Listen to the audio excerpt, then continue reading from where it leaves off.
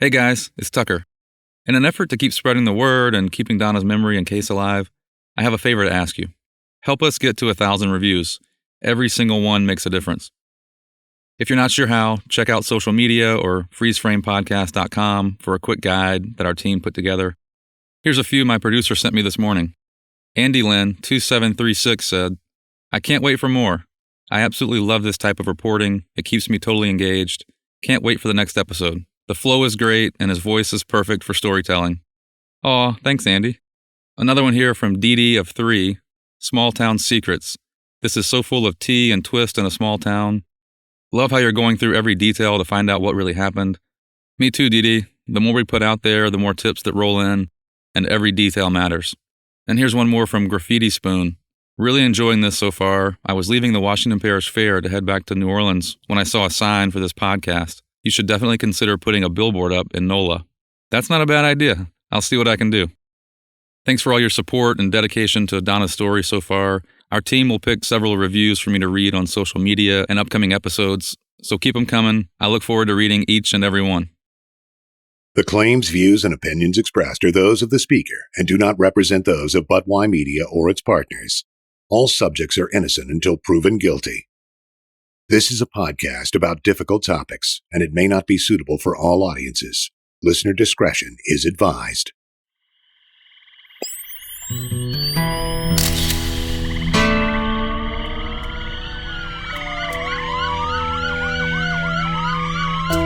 This is a no-win situation for me.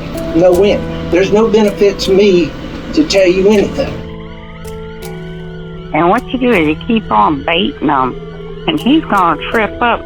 He won't remember those details. He'll screw up.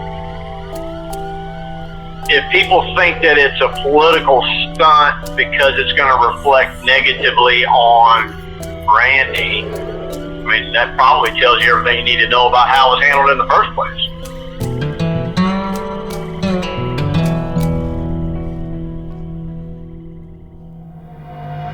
I'm feeling heavy, there's a pounding in my chest.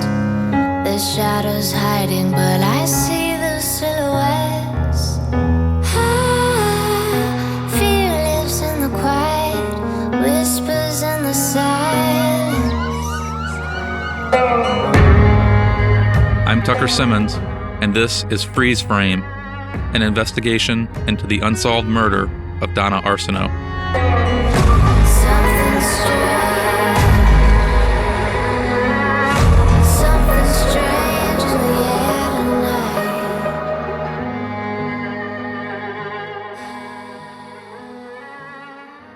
There's a lot of rumors floating around about the integrity of the Washington Parish Sheriff's Office, and there have been a slew of scandals under every sheriff for as long as I can remember.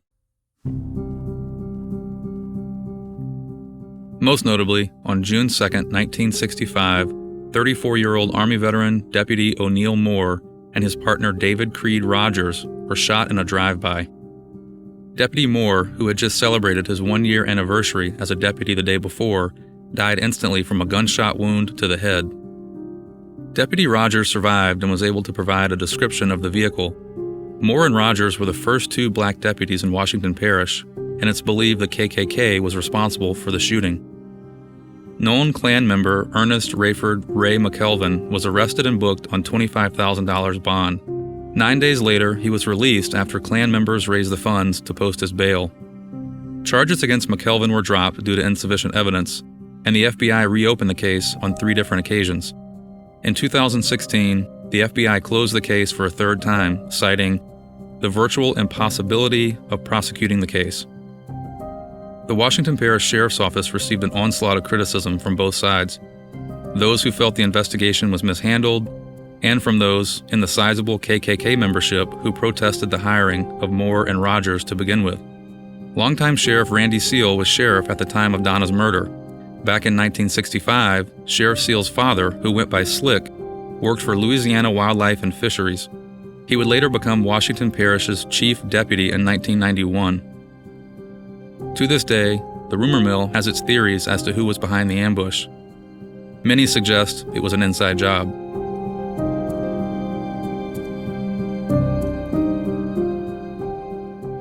It's a sad reality. but the lack of trust in the Washington Parish Sheriff's Office is nothing new. For many victims' families, those doubts are aimed at Captain Tom Anderson and his team of investigators.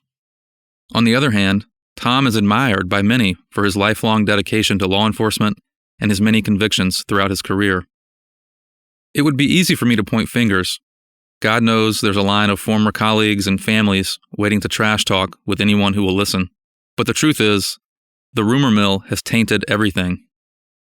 I can understand why Tom doesn't want to talk to me, but he's a key figure in Donna's case, and I need to know his side of the story. Oh, I probably should have put it in park.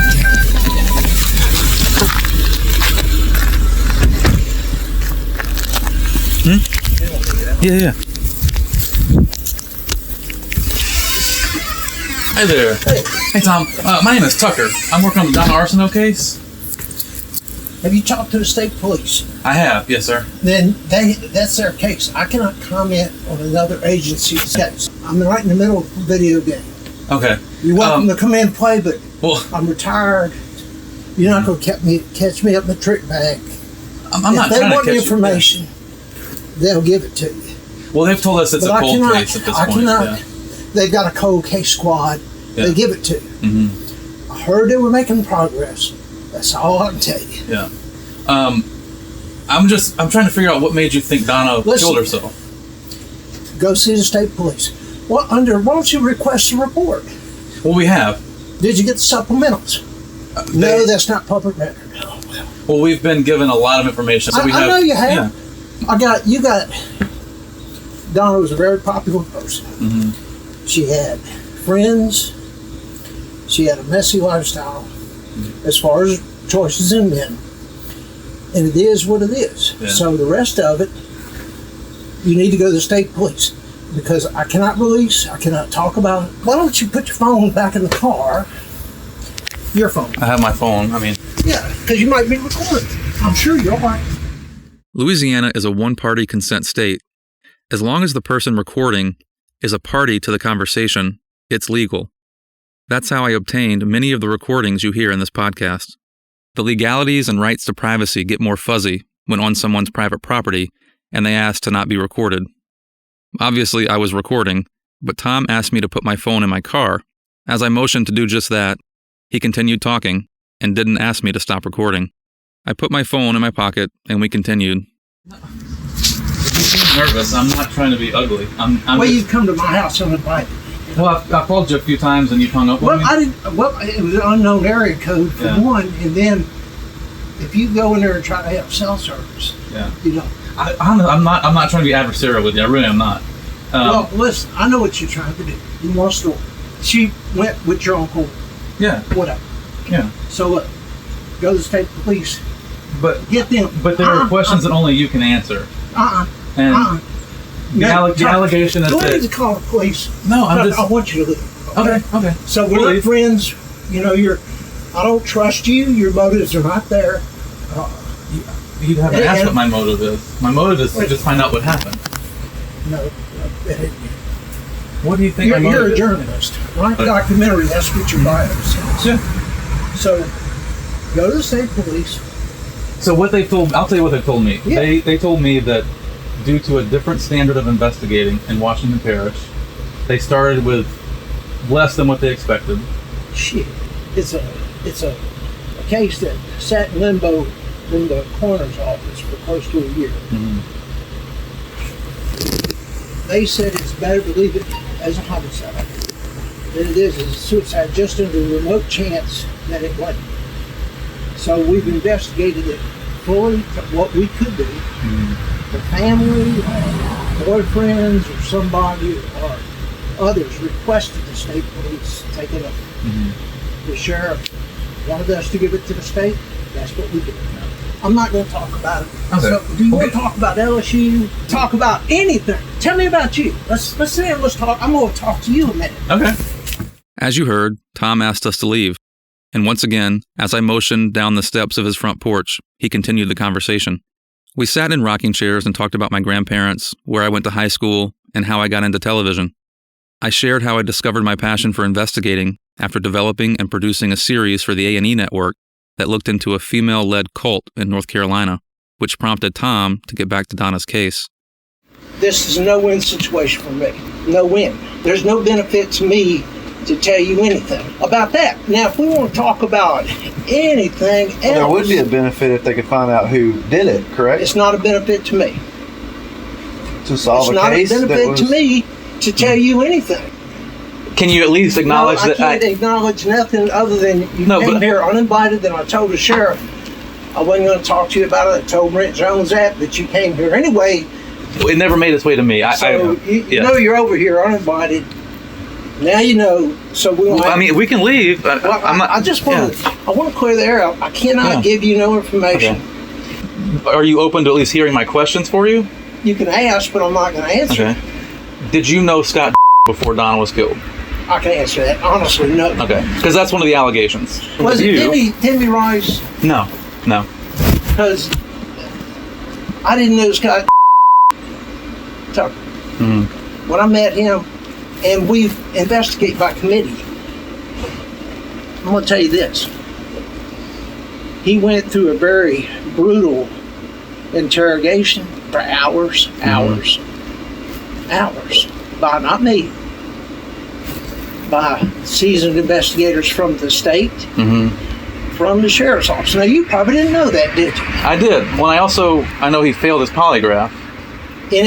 Listen, I used to give the polygraph. During the training, I failed because you cannot use that. Right, it's not admissible. Just something, a sidebar. Yeah. When they tell you, like during the training, which you would never. And I still don't think you're not recording. So if you are, you don't have my permission. And there you have it. Out of respect for Tom's request, my copious note-taking ability came in handy. For the next 2 hours, we sat on the porch and discussed details of the case, controversy around other cases Tom worked, his military career, and his dislike of Demi. The following reenactment is based on my notes and encapsulate Tom's position on many of the issues we discussed in those 2 hours. These are not direct quotes.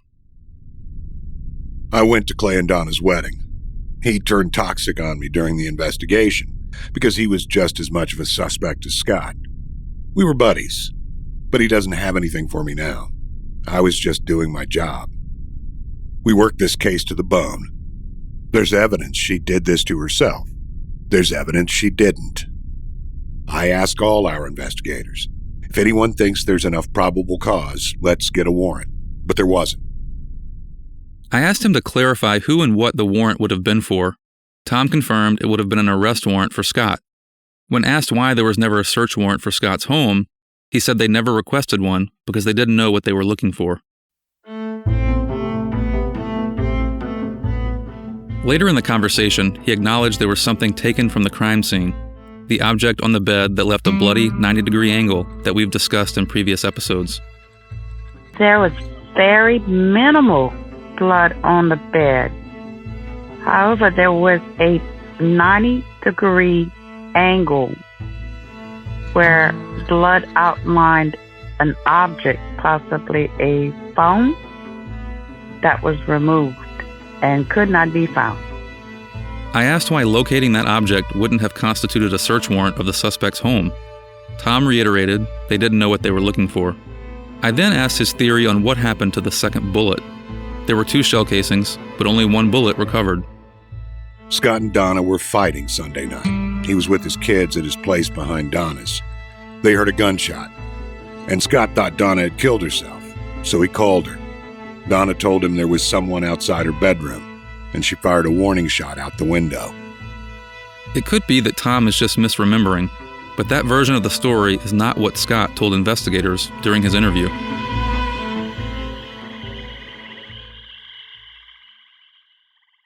When I left Tom's, I called Demi to clarify claims of a shot out the window. We'll get back to my meeting with Tom in just a few. Look, I wanted to clarify a couple things from my interview with Tom Anderson. Hold on, I'm just getting in the car. Let me turn this on. This bitch is hot. He claims that Scott and the kids were at their house behind Donna's on Sunday night and they heard a gunshot. He thought she had committed suicide, so he called. She answered and said that someone was standing outside the window, so she fired a warning shot. So was the window broken? No, the window was not broken. However, the window, which would be the south side of the house in the bedroom, the screen had a hole in it, but the hole in the screen was bigger than the size of a quarter. That's a far-fetched story that was probably concocted amongst people because he can't keep his story straight because he knew the gun was fired twice, and he claimed in the interview with Tom Anderson that Donna shot the gun outside his children's window. Just to refresh your memory, Demi's notes were incredibly detailed, especially concerning the sounds of gunfire. In his interviews with investigators, Scott claimed he was at home with his kids and heard a gunshot outside his kids' bedroom window. Phone records showed he texted Donna at 12:47 a.m. Scott texted Donna, shooting a gun right outside my kid's bedroom window, to which Donna responds, "What are you talking about? I'm in bed." So where did the story about someone outside Donna's window and a warning shot come from? On top of that, Scott's ex-wife couldn't remember if her kids even heard the gunfire or if it was Scott who told them about it, which, if I were to speculate again, does make it possible he told them about the gunfire in case they heard it, and the origins of that gunfire was actually the altercation that resulted in Donna's death. Now, back to Tom. I asked him about the allegations that Scott was allowed to go from the scene to his house and change clothes with no supervision. Tom refuted those claims. I escorted him to his house. I watched him strip down. We put his clothes in a bag for gunfire residue. There was none. There were no bruises or defensive marks on his body. Could he have showered before he ever called in the death? Of course. I asked him, but there's no way of knowing. Perhaps a search warrant on the home would have been helpful? I also asked Tom about the statement to the paper announcing Donna's death was officially a suicide. I've hounded on it, I know, but there's never been an explanation. That statement was not my doing. That was Chief Mike Haley. I asked him about it, and he said it was a casual conversation with Steve at the Era Leader. It was never meant to be published. I was upset about the article, and had it been corrected, I think it may have taken a lot of the heat off of me. Mike Haley has never returned my calls, but I have a hard time believing Mr. Steve at the Era Leader would expose an off-the-record conversation. He and I have exchanged many off-the-record emails, and I know he values that understanding. Mr. Steve has confirmed the communication with Mike Haley regarding Donna's manner of death was an email exchange. I don't know about y'all, but I've never had a casual conversation via email. Toward the end of my conversation with Tom, I circled back about why he was so convinced of suicide. Multiple people who were on scene and who worked the case have said he was almost belligerent and even argued with his detective Raymond Myers about bringing in the state police crime lab to process the scene. It wasn't just Clay who had told me in years past that Donna was suicidal. They would say even if she threatened it, she would never do it. Well, okay, but our detectives were split 50-50. Raymond got mad at me on scene because he wanted to call the state police crime lab, and it pissed him off that I asked why. Then he came back and apologized. Why do you think I told him to go ahead? The crime lab doesn't come out to suicides. It's easy for people to dog me out and all that, but I stand by our work on the case. And if Clay and everyone else would have just left it alone and let us do our jobs, I think we could have solved it. We left off on a cordial note. Tom shared that he's had a lot of health issues recently and was hoping I wouldn't trash him in my story. I'm not out to trash anyone, but the questions have to be asked. I think he took that as some personal vendetta against him. His memory of certain details contradict what others have told me, and even more so, contradict suspect statements to investigators. So no, it's not personal. It's about airing it all out so we can get to the facts, which are probably somewhere in the middle.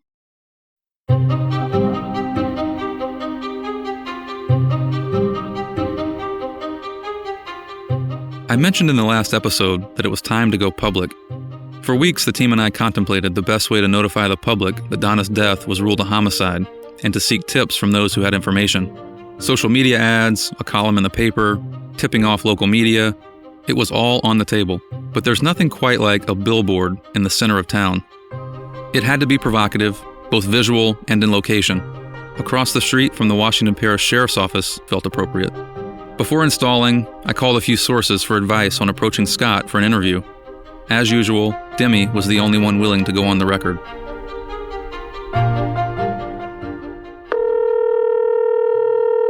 There?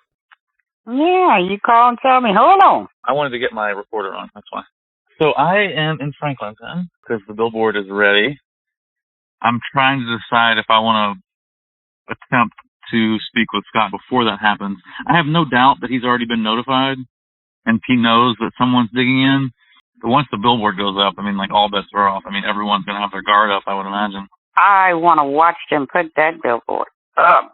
So, like, if you were investigating this, would you would want to speak with the suspect before, you know, a bunch of news hit, I would imagine, right? Or, like, what's your opinion? I would have been trying to talk to him. You have to play into it. I would have went to him like, hey, you know, we understand that, you know, y'all in a relationship. How is it being falsely accused? And what you do is you keep on baiting them. Then you compare his statements to you and statements that's in the report. Yeah. And he's going to trip up. He won't remember those details. He'll screw up. I just don't want to jump the gun and do that and then not have enough people prepared to, you know, follow his movements for a couple of days. But it's almost to the point where the story's developing quickly and people are finding out, so I think I might need to just do it. I don't know, Tuck. I really don't know. But I guarantee if you can get in with that and play him off as, you know, we following up on cold cases and we found that, you know, it was a turbulent relationship and you were being accused. You know, would you like to give us your side? Tell us what happened. Because I guarantee he's not going to remember the details he said before. As fate would have it, my producer and I were driving through Franklinton and recognized Scott's vehicle. Door just got closed in that white car. Oh, let's go. It's a GMC something or other. Oh, is that it? That's him. That's okay. it. Okay. Balls. Okay. Yeah, it's gotta be. He took the side road. Yeah. He's probably just going back home now. Yeah.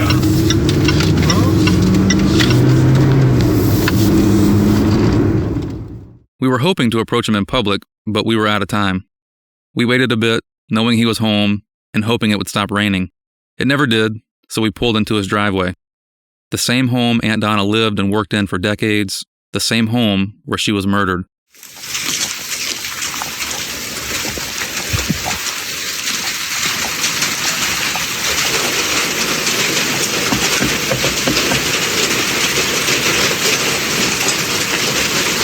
What's up, man? Hey, good. My name is Tucker. We're working on a story about cold cases in Louisiana. Yeah.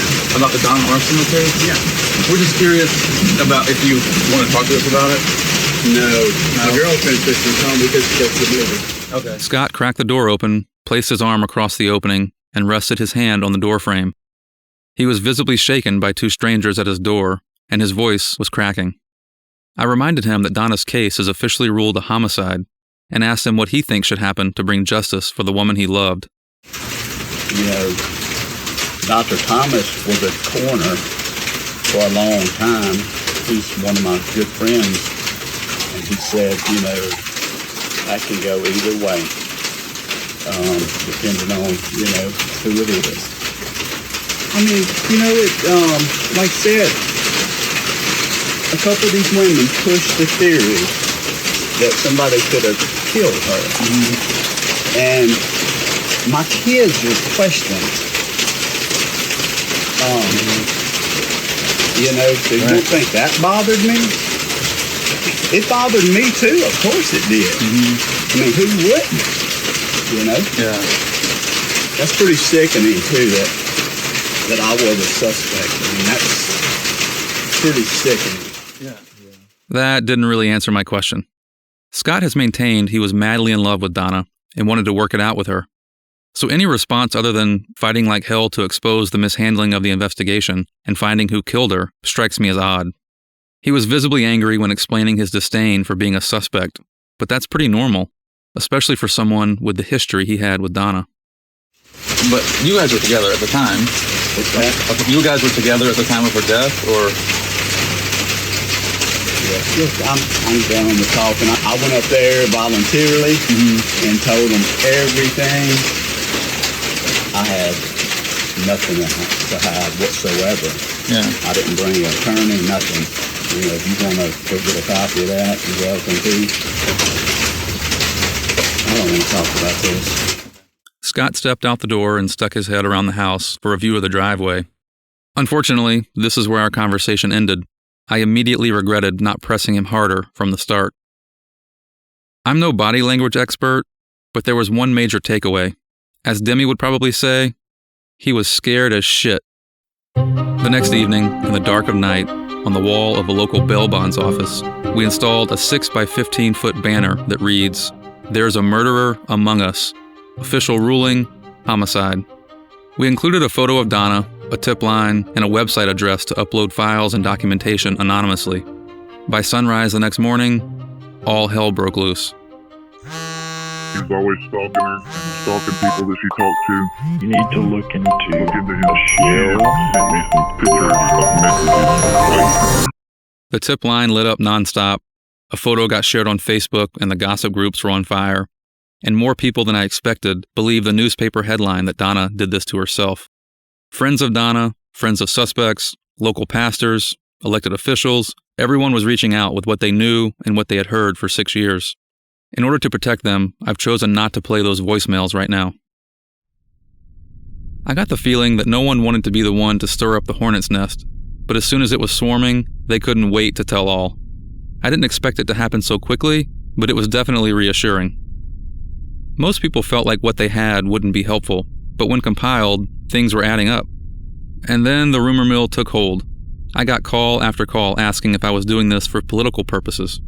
Obviously, I was aware of the sheriff's election coming up, but at the time, we were years into this investigation. The theory that a man named Jason Smith was responsible for the sign took off. I'm a retired Marine who runs a farm here in Mount Hermon. I'm a father. I've got 5 kids. I'm married to a public school teacher, and I want to be the next sheriff of Washington Parish. The farm has been in my family for about as long as Washington Parish has been here. There's always a fence that needs to be mended. There's always a cow that's in the wrong spot. If you don't take care of the things that need to get taken care of and just continue to do things the way you've always done it, things are not going to get better. And the same goes for our parish. Jason was running for sheriff against Randy Seal and 2 other men in what would become a volatile campaign. In Louisiana, the sheriff is also responsible for collecting sales tax. I'll spare you all the details, but prior to launching his campaign, Sheriff Randy Seal sued Jason for unpaid sales tax. Jason won the case with the support of many elected officials, and as he put it during the campaign, throughout that legal process, his eyes were open to just how poorly the sheriff's office was managed. I called him about all the billboard rumors. I can probably understand how people think, because of just the timing, because we're in this middle of this campaign, it might be politically motivated, but I didn't really know anything about Donna's case. I still don't know anything about Donna's case except that it kind of was unresolved. So my reservations or my problems with the current administration don't really have anything to do with Donna's case because I don't know anything about it.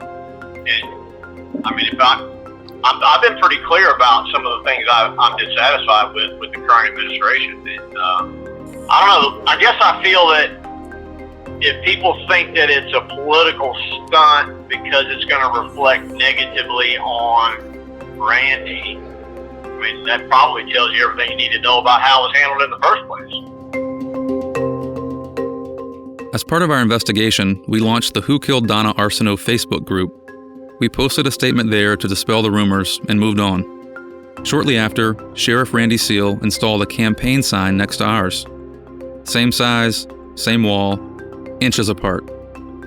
Once again, the rumor mill ran wild, with many believing he and the sheriff's office were responsible for Donna's sign, as if they were working diligently to solve the case.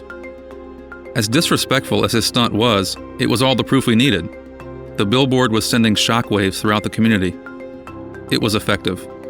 Donna's case was the topic of conversation at nearly every campaign event and debate forum. community leaders were forced to acknowledge the shortcomings of the initial investigation. And although this has never been a political endeavor, after 4 years of investigating, it's now my belief that the unsolved status of Donna's case is directly linked to the lack of oversight and accountability at the Washington Parish Sheriff's Office.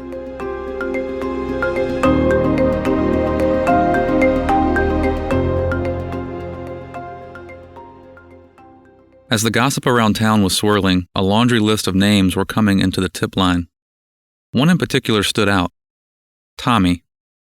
Even prior to the billboard installation, the name had come up in multiple conversations and in investigative files. I had a feeling why, but I was holding off as long as possible. It wasn't until an elected official in Washington Parish approached me at a campaign event with some new information that my interest in Tommy piqued. He and Scott are cousins, they hang out a lot, and several sources, including law enforcement officials, thought I should make contact. I had never met him, but I did know he had quite the reputation in the area, and a slew of protective orders filed against him.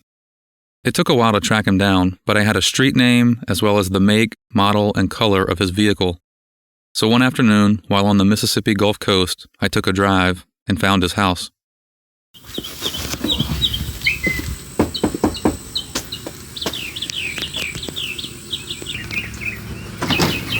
Hi there. Hey, man. All right, how you doing? Hey, good. My name's Dr. Simmons. I'm working, I'm the journalist working on the Donna RCO case. I wanted to see if you would talk to me for a few minutes. People tell me I need to talk to you, so. Probably not.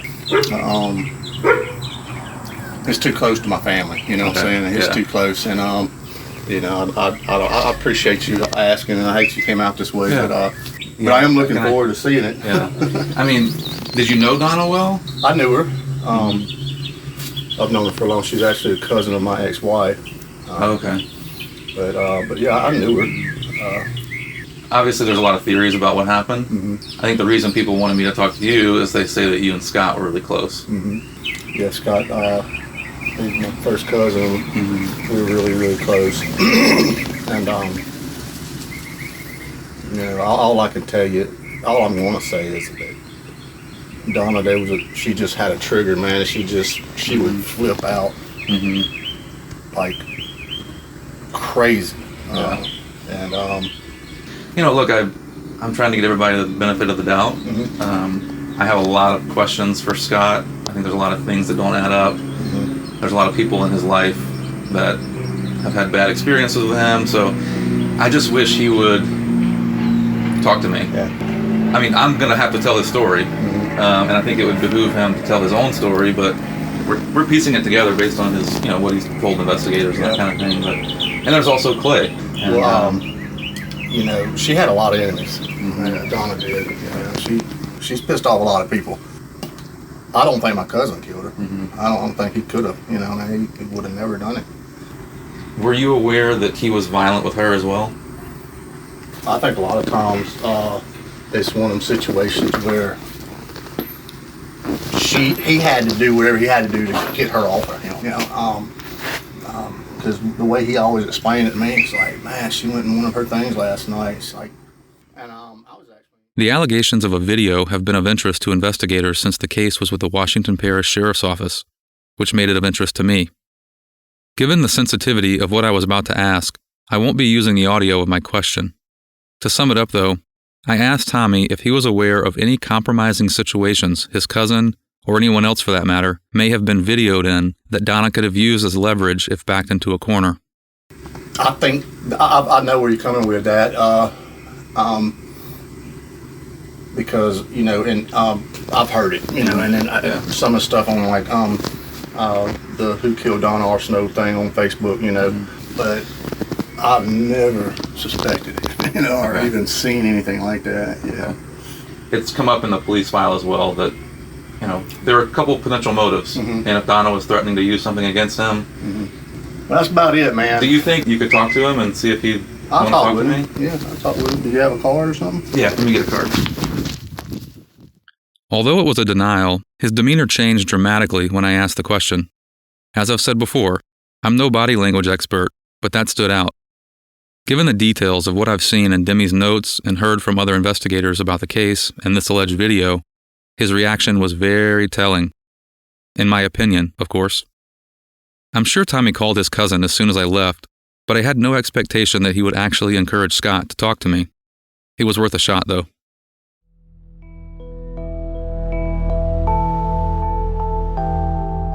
As helpful as the tips and public attention had been up to this point, the most significant lead came late one evening on my drive home from Louisiana. Hey guys, sorry for the late call. Look, I think we just got what we've been waiting for. Someone just uploaded 200 plus files via whokilledonna.com. I have really bad service, so I can't get them to load, but it looks like crime scene photos and a bunch of documents. So download and back them up ASAP.